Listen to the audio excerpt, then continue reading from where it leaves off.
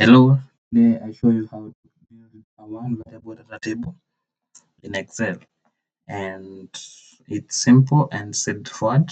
We'll be using this data. Yes, for example, we can say let's use this value to find the value for the first amount. When creating, you have to find the value for the first amount. So for this amount is given by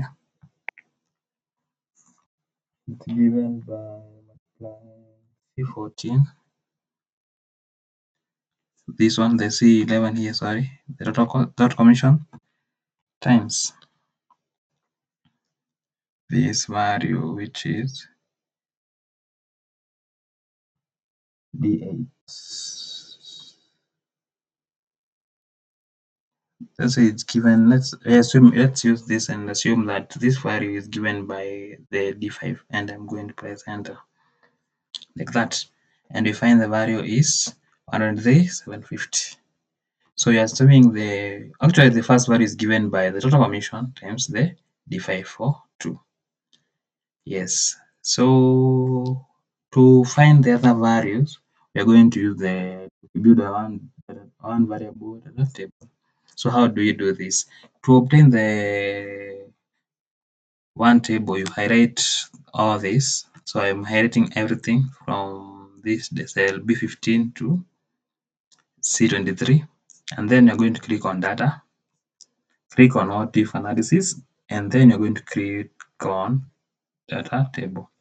For the row input, you're going to leave it blank, but for the column input, we are going to click on the D5 that we used earlier, this one. And when you click on like that, you're going to click OK. And with that, we have all the other values have been highlighted. These one are in percentages, but they should be like this one. So what we do is we can use this left paint to copy down the formatting. The only difference that was there is that formatting was not saved here like that, and with that we have been able to accurately compute or create a one variable data table using the column. So using the column input. So that is how we basically do this. But we can, okay, if you didn't understand, I can repeat it for you. Let me just do like this. I just delete out of this, and then I'm just going to click on this one. I'm going to copy this font. I'm going to drag down like that, and then let me just now go do it again. So the first thing is to find the first value, this one, which is given by multiplying the value of C11 times the D5. So to find the other values or the table, I'm going to highlight all of this, even though that doesn't have the value. I'm going to click on data.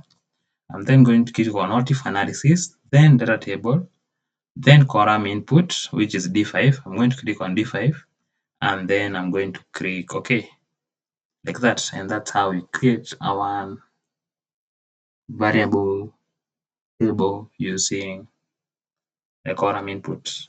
Thank you. See you soon. And comment, like, and share the video. Please subscribe. Thank you.